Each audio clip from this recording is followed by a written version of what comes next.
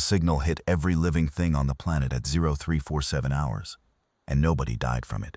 That was the first mistake the Vreth made about humanity. Mara Fun heard it before she understood it. She was lying on a cot in the converted barn that passed for a bunkhouse at Tochi Station Research Camp, staring at the ceiling planks, not sleeping, which was a habit she'd developed over the past 7 months since Evenrise lost its lead vocalist, and Mara inherited the role nobody wanted. The sound came through the walls, through the insulation, through the bones of her skull. Not quite a vibration and not quite a frequency, but something that existed in the gap between the two, like a tuning fork pressed against the inside of your ear by someone who knew exactly which note would unhook something inside you. She sat up. In the bunk above her, Suki Watase didn't move. In the 3 bunks along the far wall, Ray, Cora, and June didn't move. The sound played through them the way electricity plays through copper, and for 37 seconds, Mara counted, because she counted everything when she was afraid. The world outside stopped making its nighttime sounds. No insects, no wind through the pines, no distant traffic from the road that ran behind the tree line. Then it ended, and the insects came back, and Mara sat in the dark and thought, that was not natural. She thought about waking Suki. She thought about the tablet on the floor beside her cot, where the group chat had been quiet for 4 hours, which was itself unnatural. Their manager Toshi sent messages at all hours, links to new vocal warm-up videos, schedule amendments, reminders that the music video shoot began at 6, and talent arrived camera-ready. And talent did not mean staring at the lens like a stunned deer, which was directed at Mara specifically. She thought about all of that and lay back down instead, because she had learned over 7 months that most of the things she thought were wrong were actually fine, and the things she thought were fine were the ones that killed you. She lay on her back and stared at the ceiling planks, and let her mind do what it did in the dark hours, follow the shape of the thing it had noticed, the way a hand follows a crack in a wall, not to fix it but to understand how deep it goes. The signal had lasted 37 seconds. It had not been random. Random sounds did not have that quality of intentional pressure, the sense that something was being read rather than played. She'd heard enough music to know the difference between sound as accident and sound as design. And then there was the light she'd seen 2 nights ago from the window of the van on the drive up, hanging above the tree line for about 6 seconds before it wasn't there anymore. She hadn't mentioned it. Nobody else had seemed to see it, or nobody had said anything, which was not the same as not seeing. The others in the van, Suki, Ray, Cora, June, Toshi driving, Doi in the passenger seat already reviewing tomorrow's shot list, had all been doing something with their own eyes at the moment the light appeared. Mara had been looking out the window, because she always looked out the window on night drives, which was the other thing she was good at besides noticing, being alone in a crowd in a way that didn't interrupt anything. The light had been steady, not a plane's blinking navigation light, not the sweep of a distant cell tower, a steady, soft blue-white oval, about the size of a thumb at arm's length, hanging at maybe 1,000 meters, for 6 seconds, then gone, not moving away but simply ending, like a screen going dark. She'd stored that away. She was very good at storage. At 0612 hours, when the group gathered in the main hall for breakfast, Haru wasn't there. No one mentioned it immediately. Haru Kishi was 22 and had been in the idol business since she was 16, which made her the oldest member of Evenrise, despite being mid-tier in the billing.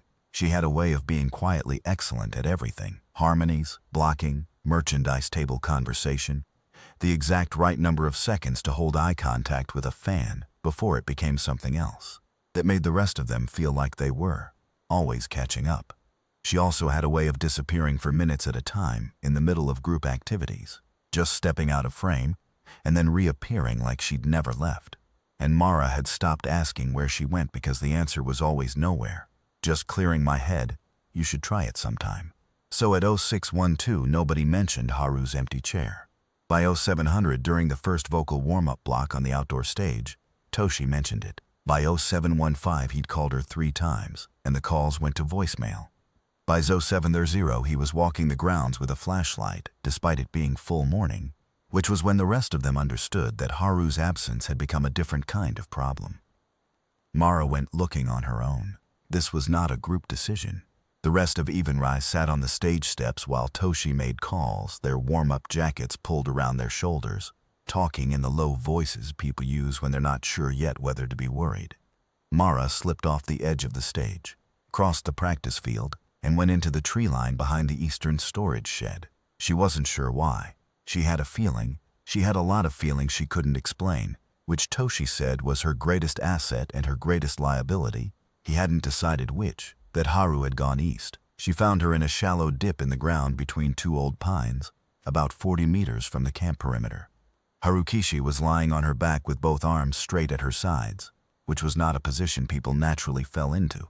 Her eyes were open, her chest was moving. Mara checked, crouching over her, pressing 2 fingers to the side of her throat where the pulse beat slow and even, too even, like a metronome set by someone who wasn't interested in variation. The skin under Mara's fingers was cold, not death cold, but the cold of something that had been still for a long time, like a stone that hadn't seen sun. Haru.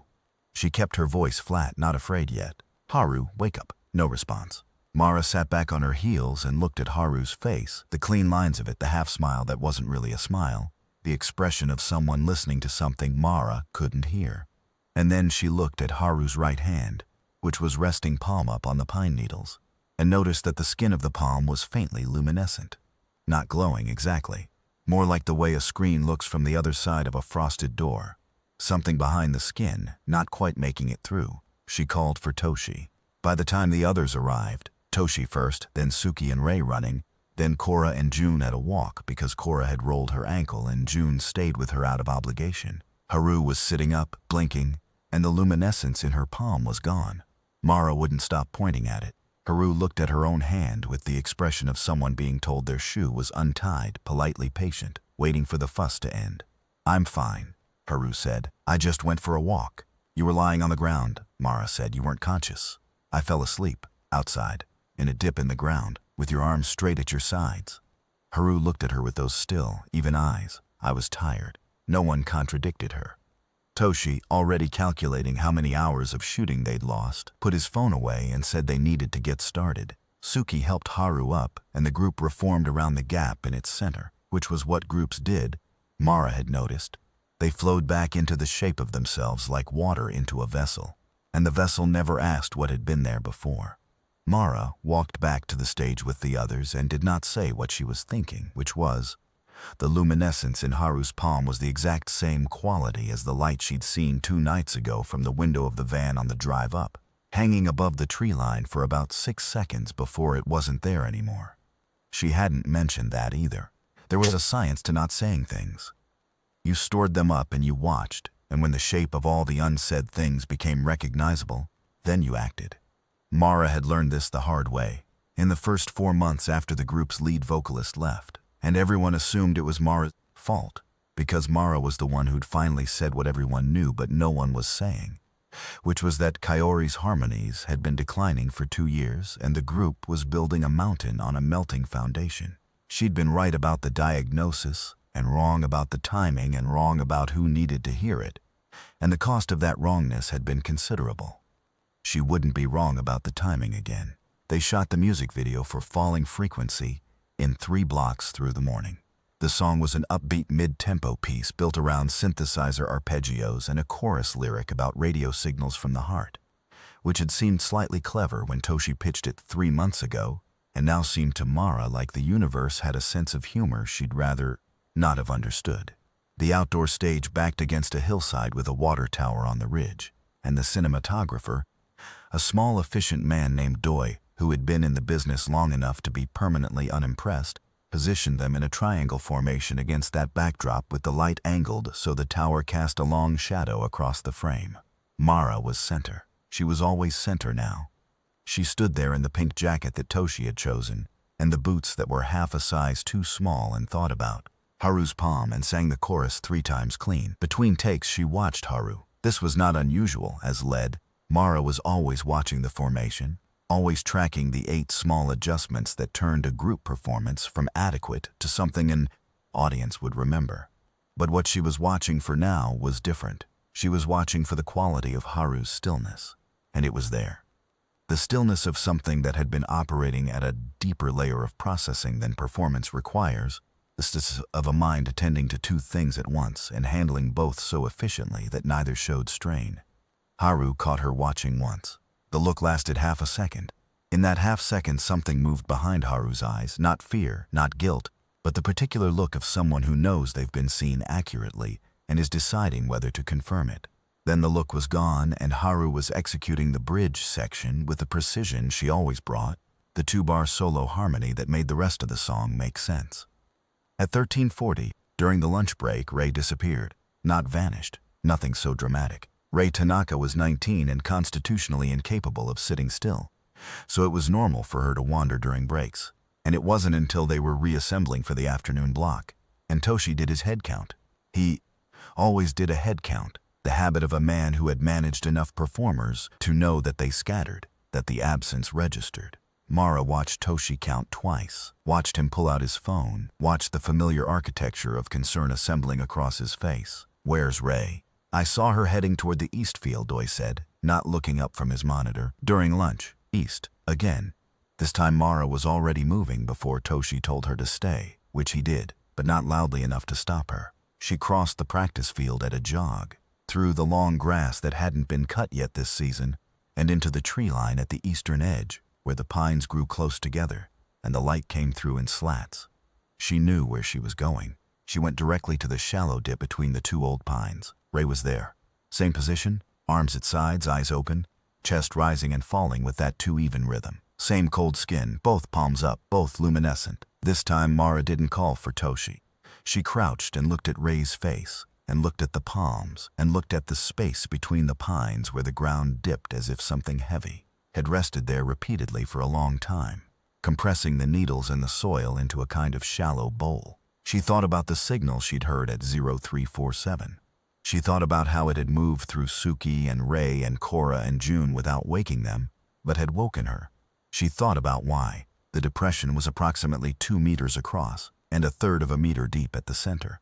The edges tapered gradually outward, which was why she hadn't registered it as unusual on the approach.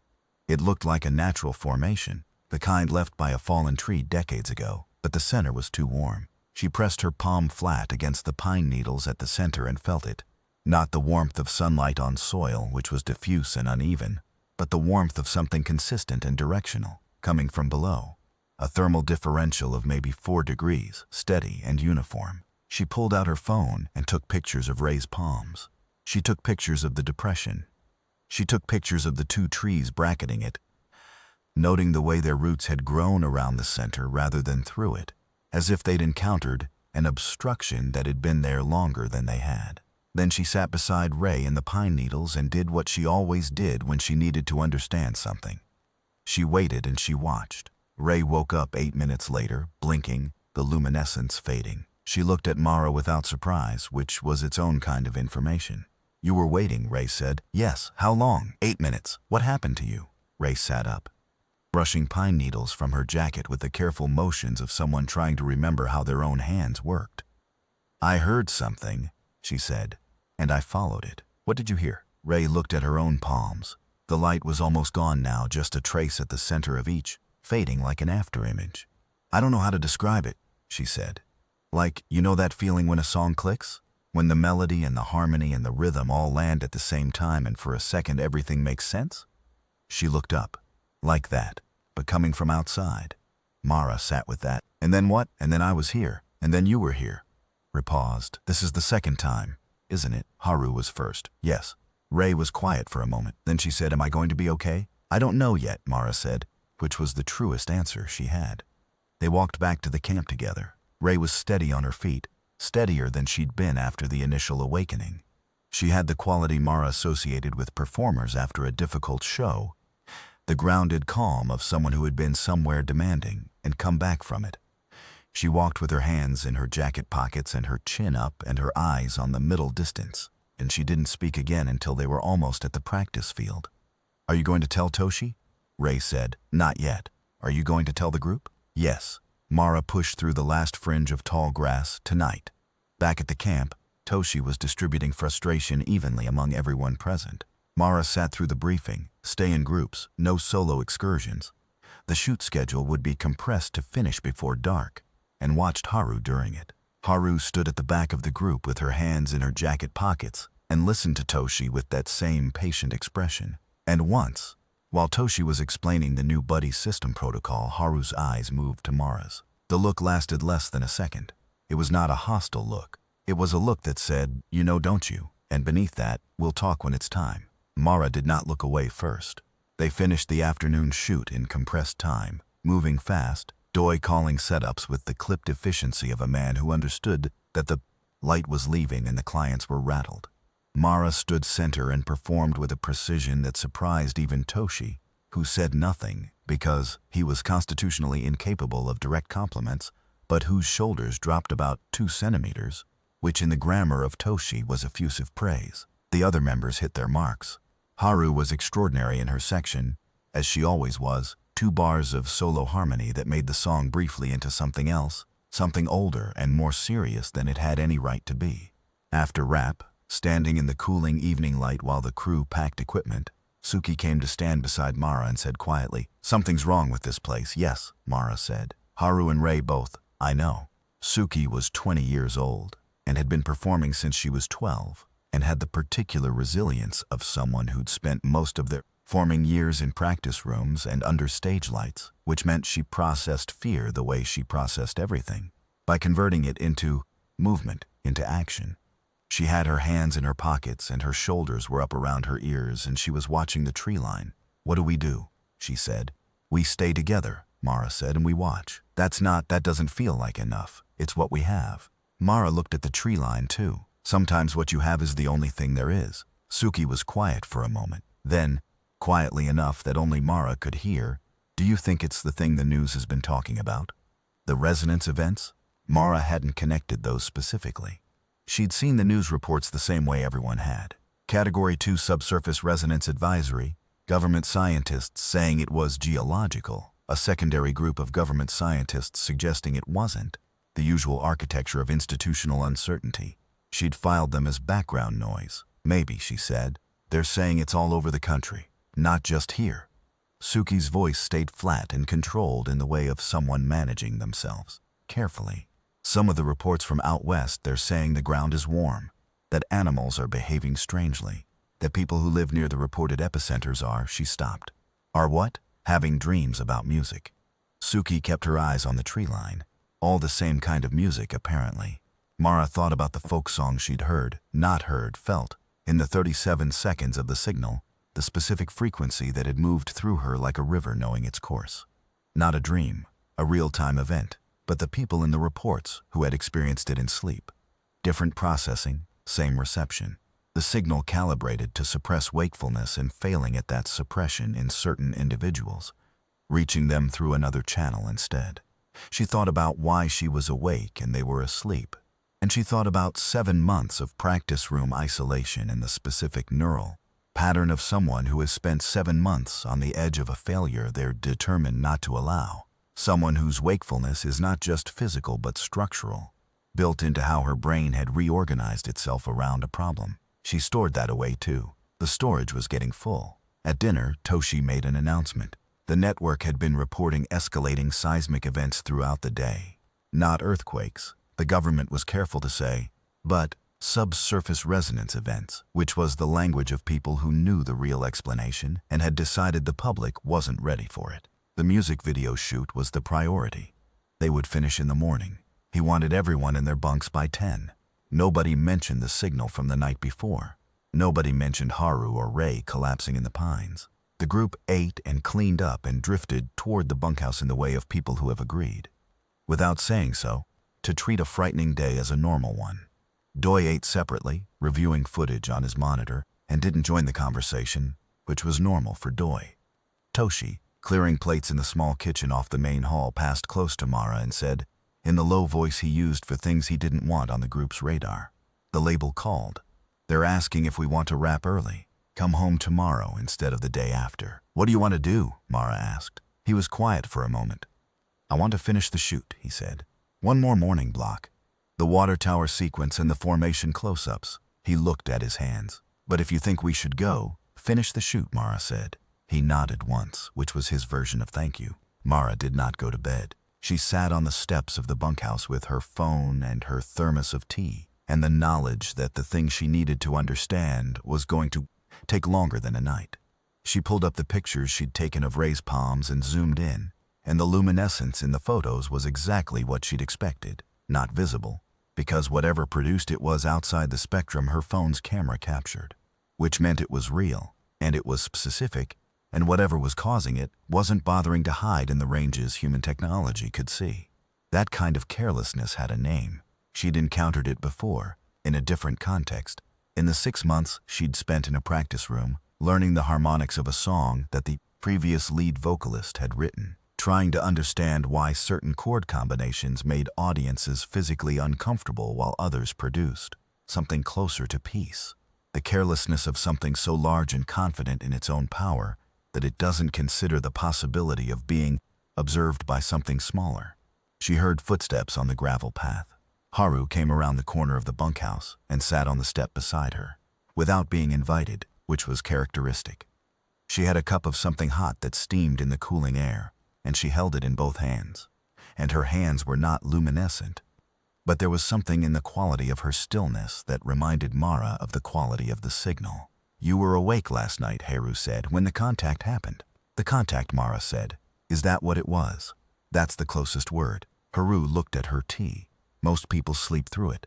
The signal is calibrated to suppress consciousness in human neural patterns above a certain, it's difficult to translate, above a certain pattern of wakefulness.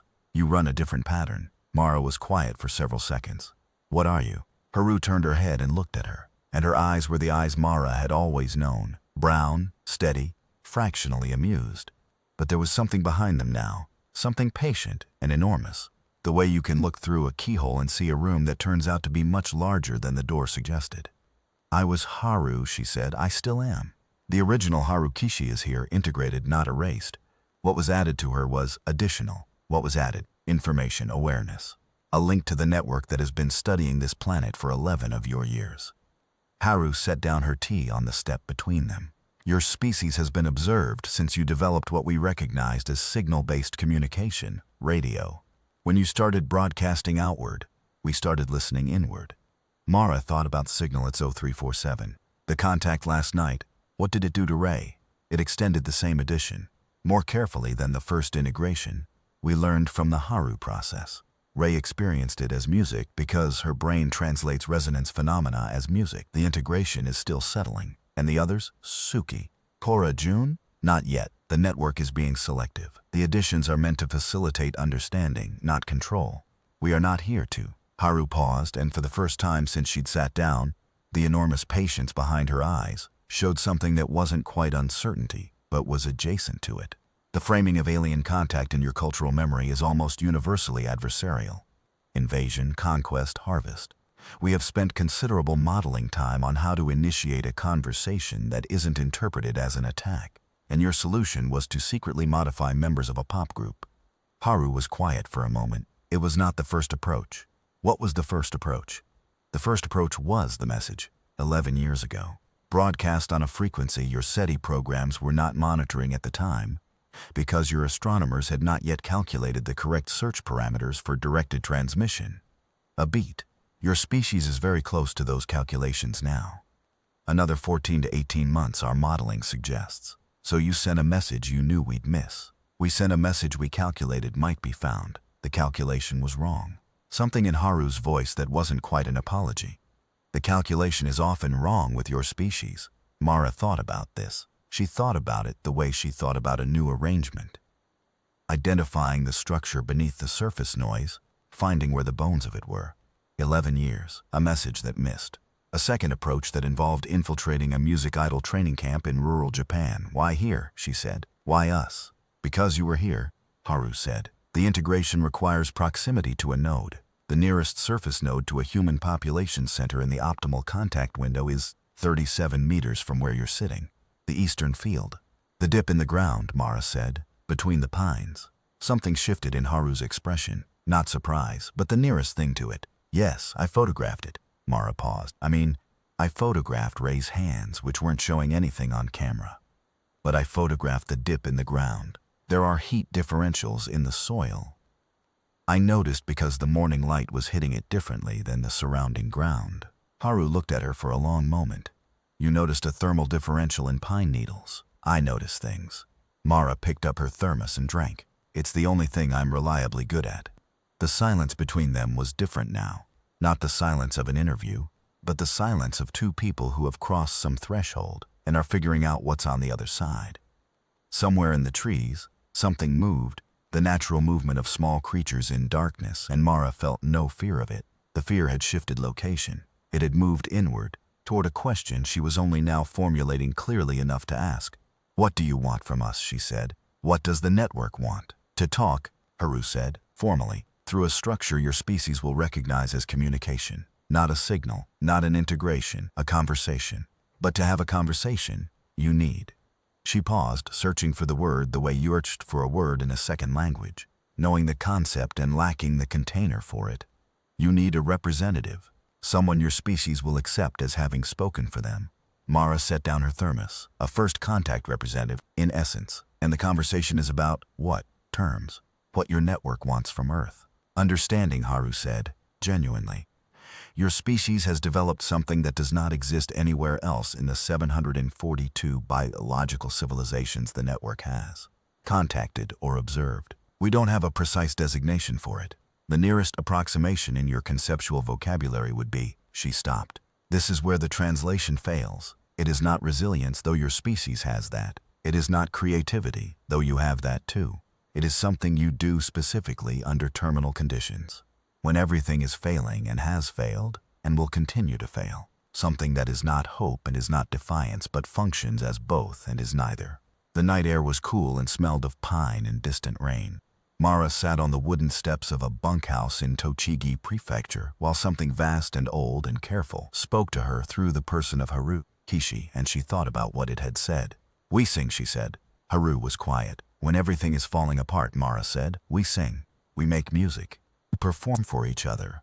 We find the one thing that doesn't serve any survival purpose, and we do it in the face of extinction." She looked at her hands. "That's what you can't explain, why we keep doing that." "Yes," Haru said very quietly, "and that's why you came here, to an idol group." "There are many kinds of song," Haru said. "Military songs, funeral songs, songs of conquest. We have observed all of them. They are comprehensible. What your species does with music in the face of the incomprehensible is the phenomenon that has occupied the networks. Modeling for 11 years." She paused. "There is no equivalent in any other civilization we have found. Music as a technology of survival. Music as a first response."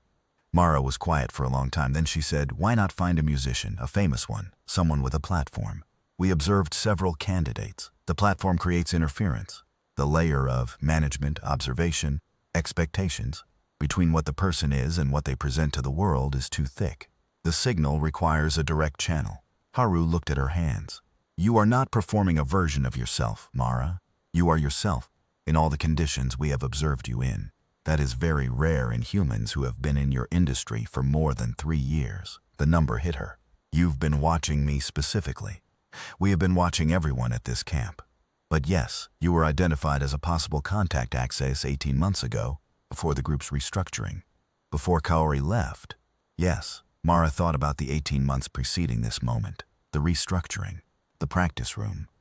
The long silence of learning a song that had been written by someone else for a voice that wasn't hers, and the longer silence of discovering that it actually fit. "You watched all of that," she said. "Yes, how was it?" Haru considered. The network described it as the most compelling behavioral sequence in the current observation cycle. A beat, that is a high designation. We observe 411 active planets. I'm in the top observation, a cycle of 400 planets. For what it's worth, that is the most disorienting compliment I have ever received. I know, the nearest thing to warmth that had yet appeared on Haru's face. I know it doesn't make the practice room easier. Mara looked at the dark field in front of the bunkhouse, the pale gravel path leading to the main hall, the shapes of the equipment cases stacked by the van under a tarpaulin. The world around her was exactly as it had been 20 minutes ago, and completely unrecognizable. She thought about how often those two conditions coexisted, and how rarely anyone acknowledged the coexistence. "The resonance events," she said. "The government advisories. The animals behaving strangely. Suki told me people near the epicenters are having dreams about music. The node network generates resonance effects in human neural tissue at range. They were not designed to. The effect is a byproduct of the infrastructure. A side effect that should have been modeled more carefully." The patient thing behind Haru's eyes showed its version of something uncomfortable. "It is causing distress." "Yes," Mara said. It is. The nodes can be adjusted once the contact is formalized. The formal conversation triggers a protocol change in the infrastructure. The resonance effects will cease. Mara sat with that. So the geological instability, the strange dreams, the Category 3 advisories, all of that is contingent on us having a conversation. In essence, you're holding the planet's nervous system hostage in exchange for a meeting. Haru was quiet for longer than usual. That is a characterization we anticipated. It is not inaccurate as a description of the effect, though the intent was. I know what the intent was, Mara said. You wanted to talk. You wanted to find the right moment and the right channel, and you've been patient for 11 years. I'm not angry about the intent. She picked up her thermos again. But you should know that when I present this to the group, they're going to notice the same framing I noticed. And when I eventually tell the wider world about this, and I will have to tell the wider world, that framing is going to be a problem. We know, Haru said. That is part of why the representative matters. The conversation needs someone who can hold the full picture. Not just the good faith of the network's intentions, but the legitimate concerns of the species being contacted. A pause, which is why it has to be you. Because I noticed the thermal differential in the pine needles. Because you notice things and you don't need them to be comfortable before you act on them. Haru's voice was quieter now, the enormous, patient thing fully present, fully honest. 742 civilizations. Most of them needed the full context sequence, the integration, the demonstration, the formal approach, the proof of non-hostility. Most of them took years to reach the conversation stage. You, a breath that was more human than it should have been, given the context. You got here in one night. Mara stood up. She walked a few steps onto the gravel path and stood in the darkness, looking at the sky. The stars were thick tonight, the kind of sky that only appeared in places with no light pollution, and she looked at it and thought about what was looking back. Not metaphorically, literally, something vast and patient and genuinely puzzled by her species. Something that had been orbiting its confusion for 11 years and had finally, carefully, chosen a 23-year-old woman from an idol group in Tochigi as the vehicle for its first formal inquiry. Does the rest of the group know, she said, Suki, Cora, June. No, and Ray, did the integration give Ray your memories, your knowledge? Partially. She is still integrating. She will have questions in the morning. Does Toshi know? No. Mara nodded slowly. I need to tell them. The group. Not Toshi yet. Toshi will call the label and the label will call the government, and then it becomes something else entirely. Something managed and official. And then the conversation you want to have stops being a conversation and starts being a negotiation between lawyers. She paused. But the group. I thought you might say that, Haru said. What does the network think about that? Haru considered. The network thinks that if you are going to be the representative, you should do it the way you would do anything. In your own way. The patient enormous thing behind her eyes showed something warmer. We have been watching you for 11 years, Mara. We know how you work. That's extremely unsettling. I know. The nearest thing to an alien apology that Mara had ever heard. She didn't sleep that night. She sat on the bunkhouse steps until the sky began to lighten toward the east, going over the shape of what she knew, looking for the bones of it. The node in the pines, the signal, the integrations, the network with its 742 civilizations and its 11 years of watching, and its inability to model or categorize the specific human habit of making music when the world was ending. She thought about the other shoe. There was always another shoe. The conversation that the network wanted to have. The representative. The formal contact. What came after? What came after was the part that scared her, not because it was unknown. She was comfortable with unknown. She'd made a career of stepping into it. But because whatever she said in that formal conversation would not be said for herself. It would be said for everyone. For every person asleep in the bunkhouse and every person in the houses down the road and every person in every city and town and village under that thick watched sky, who had not chosen to be part of this and would not remember choosing when they found out. She thought about that for a long time. She thought about what it meant to speak for someone who hadn't chosen you. She thought about Kaori leaving and the group contracting around the gap and the slow process of everyone adjusting without announcing the adjustment. She thought about how the group had done what groups do, flow into the shape of the new reality, and how she'd stood in the center of that, reshaping and slowly, painfully, learned to carry the weight of being what the group needed without pretending it had been her design. She thought, this is not so different, just larger. At 5 in the morning, she went inside, moving quietly, and sat on the edge of Suki's bunk and put her hand on Suki's shoulder. "Get up," she said quietly. "I need to tell you something." Suki came awake fast, the way performers did, 0 to full consciousness in under 2 seconds, a life spent catching calls and stage entrances. She looked at Mara's face and didn't ask if something was wrong. "Wake the others," Mara said. "All of them. Not Haru yet, and not Toshi."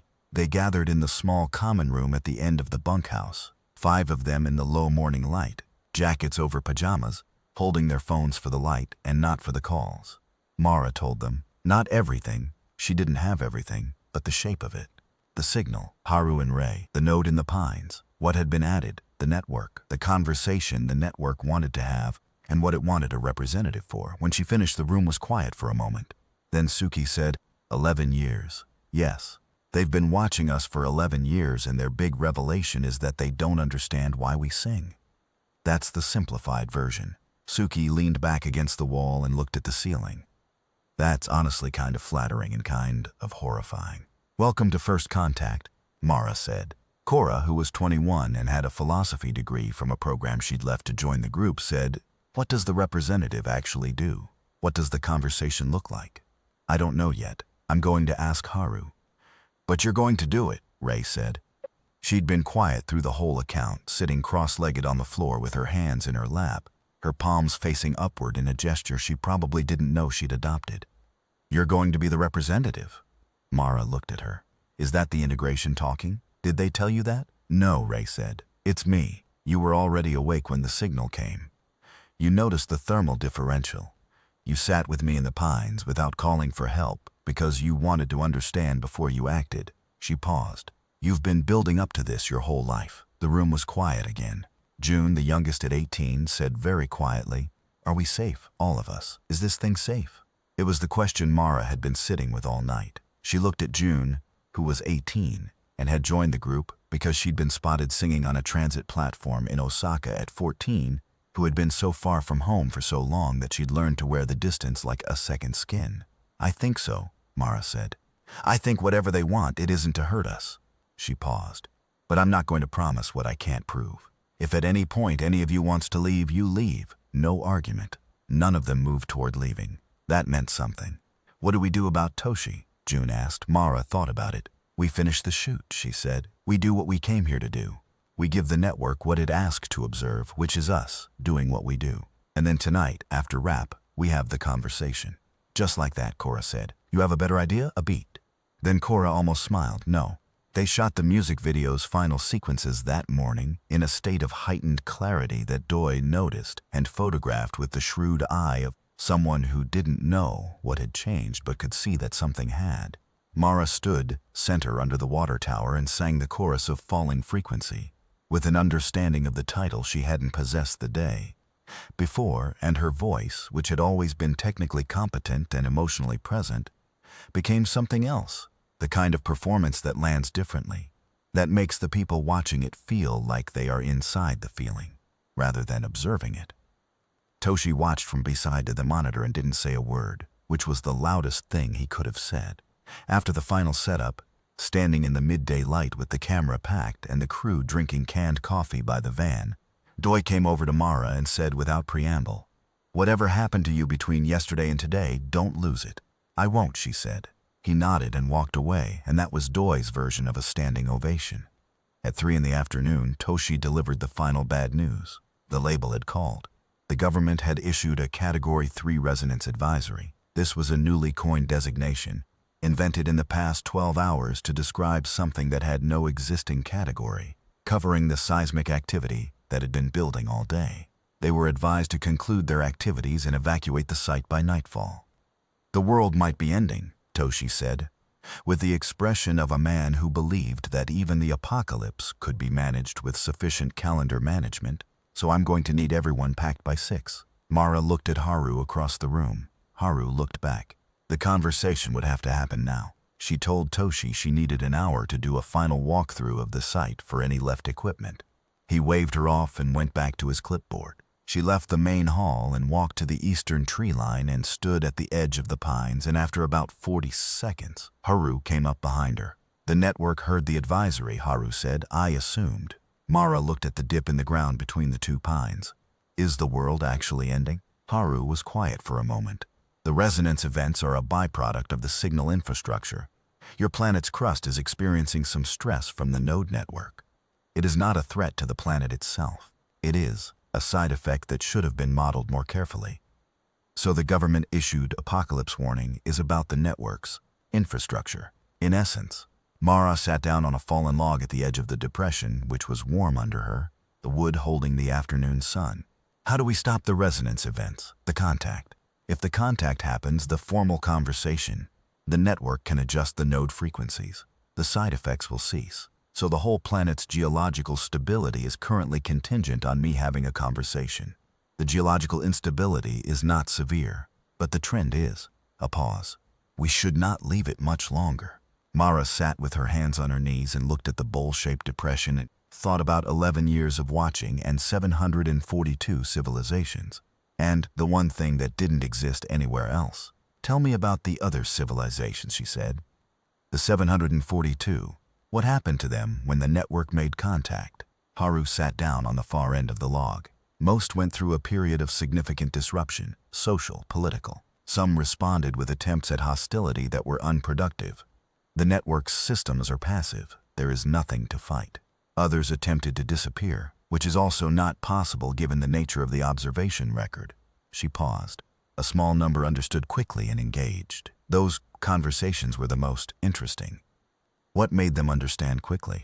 Ones who understood quickly were the ones who had already been thinking in the right direction. Haru looked at her carefully.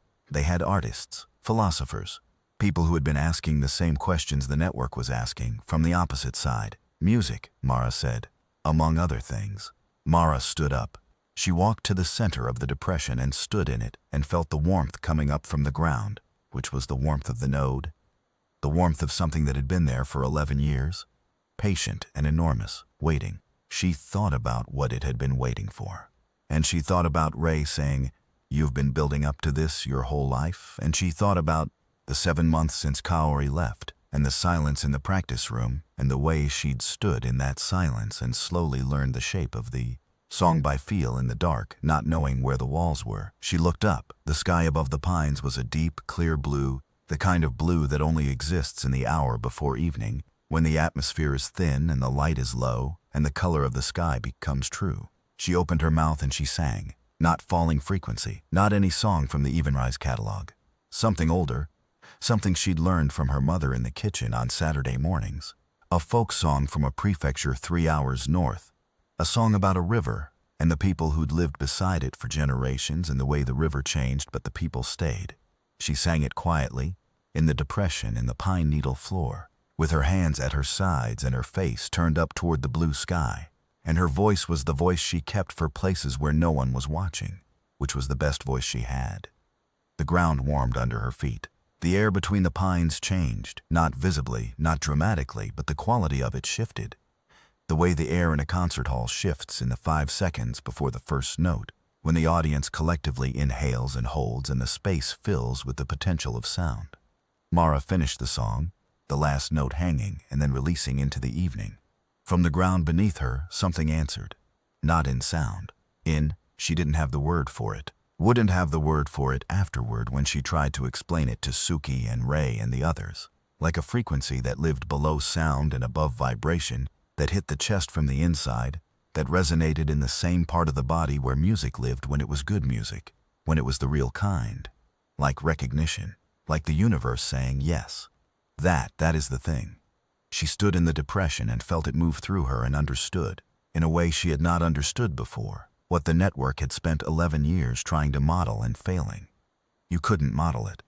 You could observe it 10,000 times, and you still wouldn't know what it was until you were standing in the presence of it, until it happened to you, until a person stood in the middle of a forest in Tochigi Prefecture on the last evening before evacuation and sang a folk song to an alien node because it was the only language she had that was honest enough.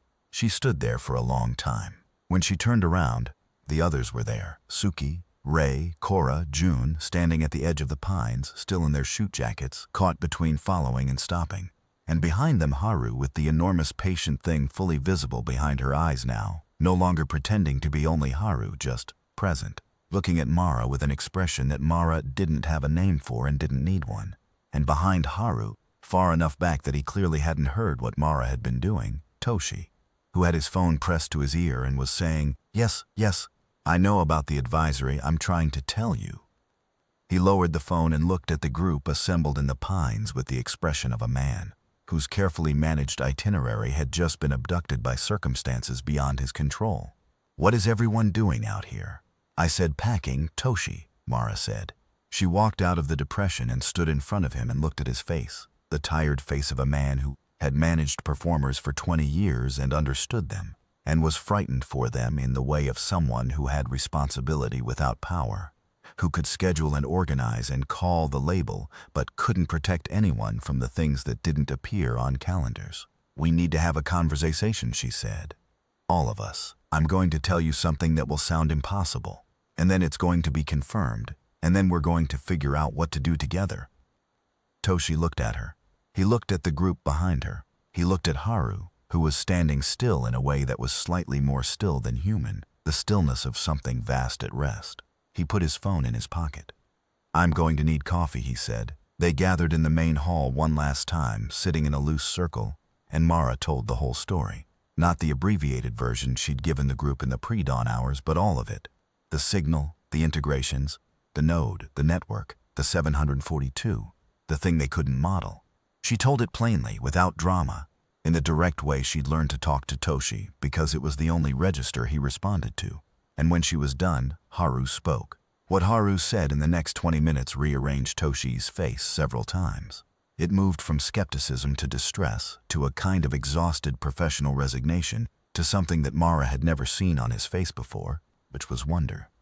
He sat in his chair with his hands on his knees and listened, and when Haru finished, he was quiet for a long moment, and then he said, "The government's going to have questions." "Yes," Mara said. "The label's going to have questions, yes. This is going to be, it's going to be." He shook his head. "It's going to change everything."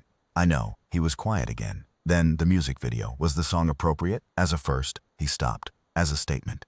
To a civilization that is trying to understand why we sing. Mara thought about Falling Frequency, its synthesizer arpeggios and its chorus lyric about radio signals from the heart.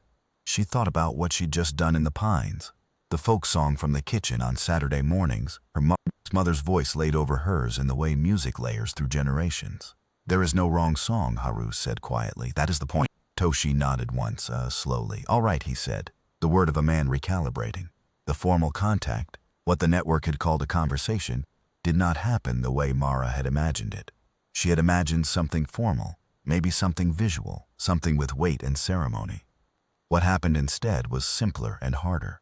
The node in the Pines generated a focal point, a space where the signal was translated into something closer to language, and Mara sat in the center of the depression as the sky darkened, and the stars came out and the others sat at the edge of the trees and watched. And she talked to the network the way she talked to anything she was trying to understand. Directly, carefully, holding nothing back. She asked about the other civilizations. She asked what the network had learned in 11 years of observation. She asked what they wanted from this planet, from this species, from the moment of formal contact. And the network, through the node, and through the focal point, and through whatever transformation happened between the frequency below sound and the comprehension in, her chest answered. It took 3 hours. Toshi fell asleep against a tree trunk at hour 2, which was so characteristic of him that Mara felt a fierce affection for it. Suki and June stayed awake through all 3 hours. Rei, her integration still settling, sat with her palms open on her knees and received the conversation at a register the others couldn't, her face moving through expressions that told Mara she was processing things the words weren't carrying. At the end of the 3 hours, Mara understood the shape of what the network was proposing. Not terms in the adversarial sense, not conditions or demands. An introduction, the beginning of something that had no precedent in the history of either party. The network had 742 points of reference for first contact, and none of them were like this, which was the point. None of them had music as their first language. None of them had led with something that served no strategic purpose. None of them had answered a signal with a folk song. The network wanted to learn this, not to take it or categorize it or use it as a resource, to understand it, To understand what kind of species learned to sing in the face of the end of the world, and why.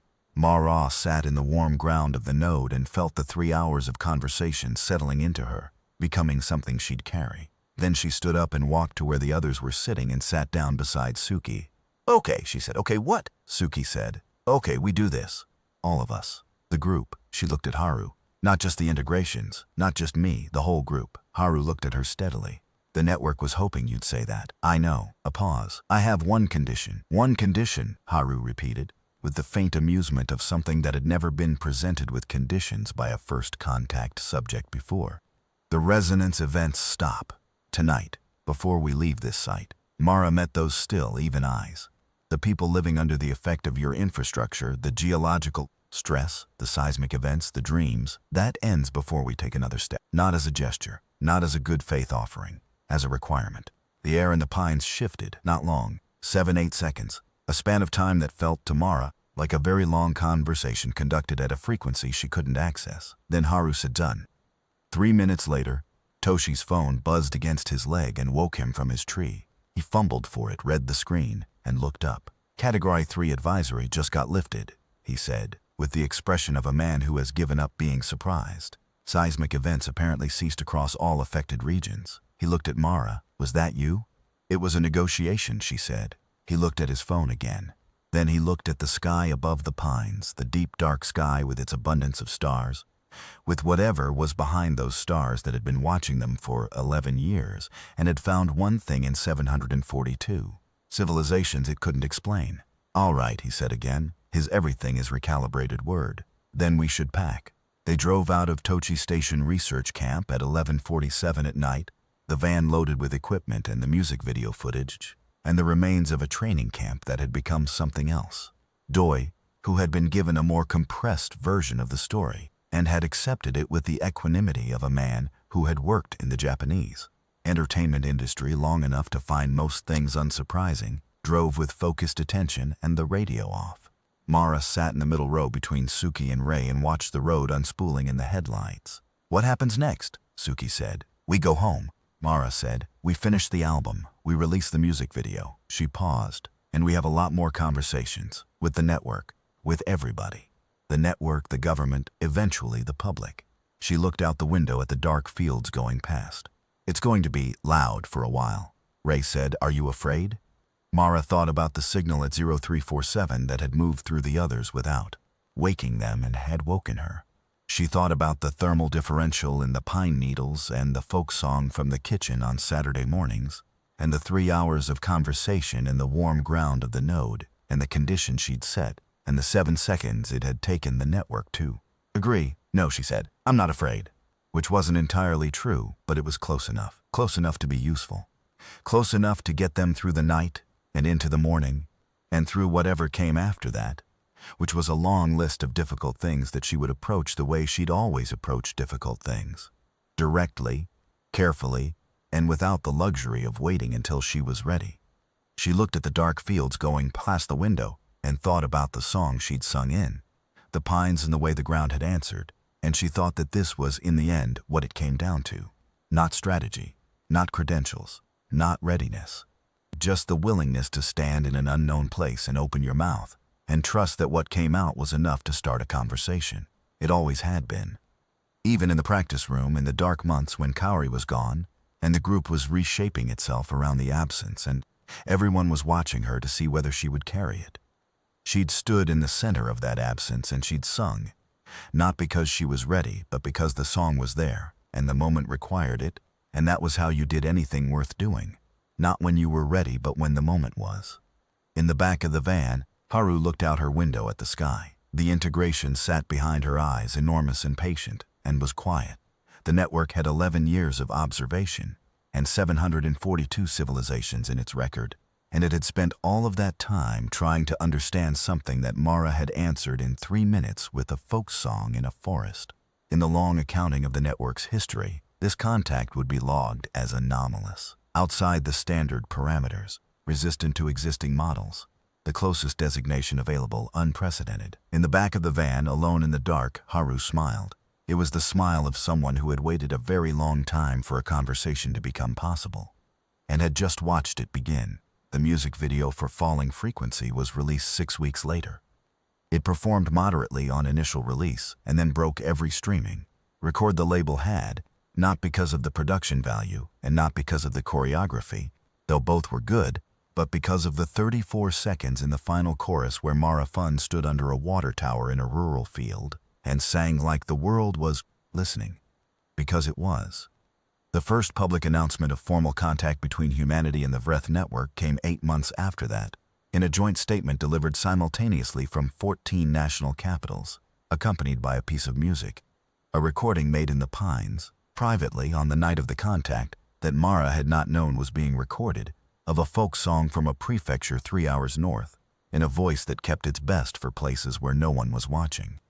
The statement noted that first contact had been initiated by a representative of the human species who had been selected not for diplomatic credentials or scientific expertise, but for a quality the network had spent 11 years attempting to classify and had ultimately designated, after extensive consultation and cross-cultural translation, as follows: the capacity to respond to the unknown with beauty.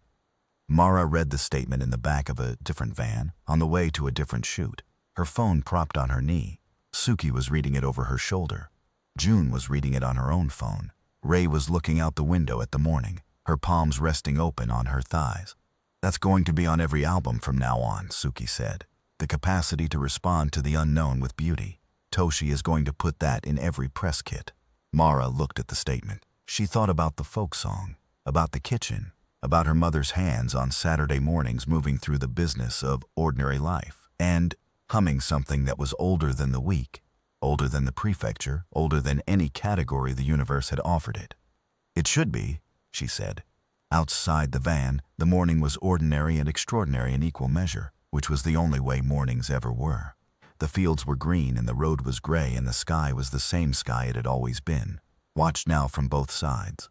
Mara looked at it out the window and felt the rightness of that, of being watched, of being known, of existing under a sky that had been paying attention long enough to find you interesting. She thought about all the things she would be asked in the months ahead. All the questions from governments and scientists and philosophers and journalists and people who had woken from strange music dreams and wanted to know what they meant. She thought about standing in front of all of that, center stage, the way she always ended up standing. Not because she sought it, but because when the moment required someone and she was there, she could not make herself step back. She would tell them the truth. All of it.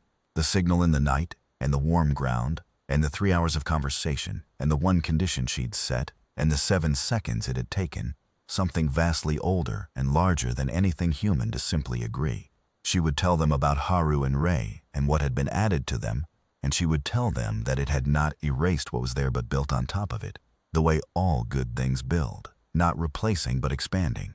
She would tell them about the 742 civilizations and the one thing humanity did that none of them did. She would tell them that the network had been looking for that thing for 11 years and had found it here, in a training camp in Tochigi Prefecture, in a group of women who had come to make a music video about radio signals from the heart. And when they asked her what the thing was, what the specific untranslatable quality was that had made the network's models fail for 11 years, she would tell them it was this: "We sing at the end of the world. We don't wait until it's safe. We don't sing because we know it will help. We sing because the music is there and the moment requires it. And we are constitutionally incapable of letting a moment that requires music pass in silence." That was the answer. It was also the question. It was also, as it turned out, enough. The van drove on through the morning light, and overhead, at a distance that the human eye could not resolve, something vast and patient and genuinely astonished adjusted its models of 743 civilizations and wondered what the next song would be. In the months that followed, Mara learned what it meant to carry something that didn't belong only to her. The first government briefing was in Tokyo, 14 days after the night in the Pines. She sat in a conference room on the 9th floor of a building whose name she wasn't allowed to know, across a long table from 11 people who represented departments she'd never heard of, and she told the story again. She'd told it 5 times by then, to Toshi and the group, to the label's legal team, to the 2 government liaisons who'd shown up at the group's management office 3 days after the residence advisories were lifted. And now to this room of people whose faces carefully did not show what they were feeling. She told it the same way each time, without drama and without softening. The signal at 347, the node, Haru and Ray, the 3 hours, the condition and the 7 seconds. When she finished, the man at the center of the table, 50s, gray suit, the patient expression of someone who processed unusual information professionally, said, "You set a condition." "Yes." And they agreed. In 7 seconds, he was quiet for a moment. "What made you think you could negotiate?" Mara looked at him. "I didn't think of it as negotiating. I thought of it as requiring. There's a difference in your assessment, in the outcome." She kept her voice level. The resonance event stopped. "That's not my assessment, that's the advisory record." Across the table, a woman in her 30s, younger than the others, a scientist of some kind, Mara had guessed from the way she'd been scribbling notes since Mara started talking, said, the 7-second pause. "What was that? What were they doing?" "I don't know exactly. The integration, Haru, described it as a consultation. The network has a distributed decision structure. What might take a human organization weeks took 7 seconds. But it wasn't instant. There was discussion about your condition, about whether to agree to it, and they agreed. Because the alternative was not having the conversation." Mara paused. They'd waited 11 years. They weren't going to lose the contact over an infrastructure adjustment. The woman with the notebook wrote something. "You understood their priorities well enough to know they'd agree." "I understood that they wanted to talk more than they wanted anything else," Mara said. "That's not a complicated calculation." The man in the gray suit said, "What do they want, long-term, the network?" "Understanding," Mara said. "Genuinely, I know that's not what you were hoping to hear. But it's what they told me, and it matches everything else they've told me and every action they've taken." She looked at the table of faces. They've been watching 411 planets simultaneously for as long as they've had the capability. They're not conquerors. Conquerors don't spend 11 years trying to figure out how to start a conversation without frightening anyone. Conquerors might, if they were patient enough, Gray Suit said. Maybe. But conquerors don't apologize for their infrastructure side effects. Mara held his eyes. They apologized. Twice. For the resonance events. That is, whatever else you want to say about them, that is not the behavior of something that sees us as a resource. The room was quiet for a moment. The woman with the notebook said, "The singing, the capacity you described, the thing they couldn't model, do you have a theory about why? Why that specific quality is so unusual?" Mara had thought about this more than she'd thought about almost anything in the past 2 weeks. She'd thought about it at 2 in the morning and in the shower and during the half hour on the train between the management office and her apartment when she was supposed to be resting. She'd thought about what made it specific, not creativity, not resilience, those the network had found elsewhere. The specific thing. "I think," she said carefully, "it's because we're aware of our own endings. As individuals, as a species. We know we die. We've known for as long as we've been capable of knowing anything, which is a longer time than we've been capable of most of the things that made us worth watching. And rather than treating that knowledge as a problem to solve or a fact to suppress, we built a whole technology around processing it." She paused. "Music is how we metabolize the fact of our own endings. It's always been that, a funeral song, a love song, a lullaby. What those things have in common is that they're all responses to things we cannot change. We didn't develop music as entertainment. We developed it as a survival mechanism for living with the knowledge of mortality." The room was very quiet. "And the network," the notebook woman said, "doesn't have that. The civilizations they've encountered don't have mortality the way we do. Or they process it differently. Or they develop different mechanisms. Whatever the reason, they've never seen a species for whom the primary response to impending catastrophe is to make something beautiful." Mara looked at her hands. They watched us for 11 years, and the pattern held across every data point they collected. Wars, disasters, famines. Whatever we're going through, someone is singing about it within hours. Within minutes, sometimes. She looked up. The network found that incomprehensible. Not in a dismissive way, in a genuinely cannot build a model for it way. "They've been trying for 11 years, Gray Suit said, "and now they're asking us to explain it to them. Now they're asking us to be in conversation with them about it." A small difference, but Mara had learned to be precise, not to explain it. Explanation suggests we understand it well enough to translate. We don't. But we can be in conversation about it, and they believe the conversation itself, The exchange will produce understanding on both sides. Both sides, the notebook woman said. What do we learn? Mara thought about the 3 hours in the pines, about the shape of the network's history, vast and long and littered with first contacts that had mostly gone the same way, about the 742, about the gap in the record that humanity occupied, a gap in the shape of a song. We learn we're not alone, she said. We learn what we are, partly by seeing what the 742 are not. She paused. We learn that the thing we have that no one else has is not a weapon and not a resource. It's a voice. And someone is finally, after 11 years, asking to hear it. The room was quiet for a long time. Then Gray Suit said very quietly, "What happens if we say no?" Mara looked at him. The network withdraws. The nodes go quiet. The observation continues because it was never contingent on our cooperation, but the conversation doesn't happen. She let that sit. And then in 14 to 18 months, when our radio astronomers find the original message from 11 years ago, which they will, because they're close to the right search parameters, we'll be the ones initiating, with no prior relationship and no representative and no established framework. She paused. The network prefers the conversation that's already started. I prefer the conversation that's already started. I've spent 2 weeks with this, and I'm telling you, they are not a threat. They are patient. They are curious. They are genuinely, completely baffled by us in a way that should make every human being alive feel something. She looked around the room. And they've been waiting 11 years for us to be ready. I think we're ready. Gray Suit looked at his hands. Then he looked at the window. Then he looked at Mara, and something in his face settled.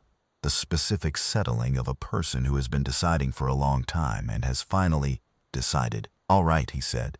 It was, Mara thought, an interesting word for the moment. She'd heard it before, from a tired man in a main hall in Tochigi, surrounded by his performers and his clipboard and a reality that had rearranged itself around him overnight.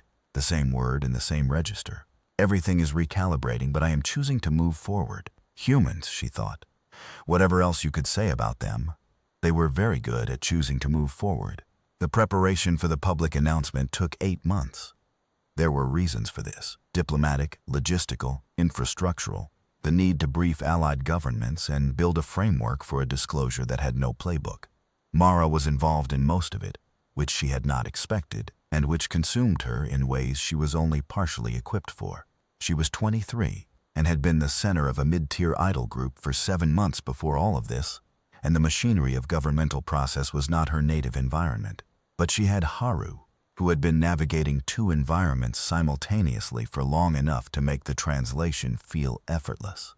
And she had the group, Suki and Rei and Cora and June, who had agreed without deliberation to be part of whatever this became, who showed up to every briefing and every consultation and every 4 in the morning call when something needed deciding, and who never once asked whether they could step back. She had Toshi, who turned out to be formidably good at the parts of this that resembled management, which was more of it than anyone had expected. She realized over those 8 months, never actually been alone in any of it. Not in the practice room, and not in the pines, and not in the conference rooms with their gray suits and their careful faces. The weight of it was real, and it was hers to carry, but the carrying was never solitary. There were always other hands on the thing. That was, perhaps, the most human part of all of it. The night before the announcement, Mara sat alone in her apartment for the first time in 2 months and did nothing. She sat on the floor with her back against the couch, not reading and not calling anyone and not preparing, and she thought about the folk song from the kitchen and she hummed it to herself quietly, in the dark, not for anyone, not as preparation, just because it was there, and because she was there, and because the moment was the kind of moment that required it. Outside the city was its ordinary noisy self. Cars' voices, the distant bass of someone's music several floors above. The world going on in the specific human way it had always gone on, too loud and too warm, and too full of the small frictions of people living close together, making noise, making things, making meaning out of the raw material of their days. Somewhere above the city, at a distance she couldn't see, something patient and enormous and genuinely astonished was listening. She hummed the folk song to the end, the last note dying into the ambient city sound. Then she sat in the quiet for a moment. Then she said, to the air, to the ceiling, to whatever was listening, tomorrow. No answer. She hadn't expected one. The node network was on the other side of the country, and the network's presence in Tokyo was quiet, observational. the passive attention of something that had been paying attention for 11 years and knew how to wait. But she said it anyway, because she had learned over the past 8 months that the network heard more than it was supposed to. She went to bed and slept better than she had since Tochigi. The announcement went the way announcements of that magnitude always go. Chaotically, incompletely, through layers of translation and interpretation, and the specific noise of a world trying to process something it hadn't been prepared for. Mara stood in 14 different rooms over 4 days and said the same true things in different registers, watching the faces in each room and adjusting, not the content but the framing, the same way you adjust a song for different acoustics. The world did not end. That was the thing she came back to in the quiet hours of each of those 4 days, the thing she used as a kind of anchor. The world did not end. People were frightened and fascinated and furious, and moved to tears and reduced to silence and driven to their phones and their kitchen tables and their own versions of the folk song, which was to say their own responses to the incomprehensible thing that had just happened. But the world did not end. The music did not stop. It was the notebook woman, Dr. Hayashi, Mara eventually learned, who sent her the data compilation 6 weeks after the announcement. 24 hours of global audio monitoring, starting from the moment the joint statement was released. Every public song performed, broadcast, uploaded, or played in public space, indexed by geography and time. The volume of it was staggering. Every country, every genre, every occasion, street performances and radio programs and phone recordings and concert halls and children singing in classrooms. More than any previous 24-hour period in the monitoring record, by a factor of 4. Dr. Hayashi's accompanying note said, "I thought you should see this. The network has already seen it. I'm told they're still modeling it." Mara sat with the data for a long time. She thought about the network building its model over 11 years and still not being finished, still finding new data, still adjusting. She thought about the quality of that confusion, genuine, not dismissive. The confusion of something that was trying very hard to understand and had not given up on the possibility of understanding. She thought, good, let them keep modeling. Let them sit with the data and turn it over and find that it doesn't fit any of their existing categories. Not for another 11 years or 1100, not in any way that finally closes the question. Let the answer keep exceeding the model. That was the human part of it. The part that wasn't a resource or a weapon or a curiosity for another civilization's archives. The part that was just itself, uncontainable, excessive. Singing in the face of the end of the world not because it helped or because it was strategic but because silence in the moment of crisis was the one thing humanity had never been able to maintain. She pulled up the group chat and sent a single message. "Have you seen the monitoring data?" The responses came back in the order she'd expected. Suki immediately, then Ray, then Cora with a philosophy reference that only Cora would make in this context, then June, then Toshi, then, after a longer pause, a message from Haru that read, "The network has revised its model 17 times since the announcement. They have described the process as unexpectedly challenging. I have been told this is a compliment." Mara read that last message 3 times. Then she typed back, "Tell them to keep going. We're just getting started." She set down her phone and looked out the window at the city. The sky above the buildings was clear and deep and full of the ordinary daytime blue that covered the world, regardless of what was happening beneath it. She thought about the folk song and about First Contact and about the practice room and the night in Tochigi and the 14 conference rooms, and the monitoring data and all of it, the whole shape of it, the shape of the thing her life had become, which was a shape she hadn't chosen and wouldn't have been able to design and would not have traded for anything. She thought about the 743 civilizations in the network's record and the specific unprecedented quality of the 743rd. She thought, "We are going to make them crazy for a long time." The thought made her smile. It was a specific kind of smile, not triumphant, not proud, just satisfied. The way you feel when something you'd hoped might be true turns out to be true. The way you feel at the end of a song that went the way it needed to go, when the last note lands and the room holds for half a second before it breathes again. She was still smiling when she stood up, found her jacket, and walked out the door and into the noise and warmth of the ordinary world, carrying with her everything she'd always carried, and everything she'd gathered in Tochigi, and everything that was still accumulating, the weight of a conversation that had taken 11 years to start, and would take the rest of her life to continue, which was exactly the right amount of time. Outside, the city hummed. Somewhere in the distance, someone was singing. It was always like that. It had always been like that. For as long as humans had been gathering in cities, for as long as they had been anything at all. Singing in the face of their own frailty, singing against the silence, singing because the music was there and the moment required it. 11 years of watching, and the network still hadn't finished its model. Good, Mara thought. Keep listening.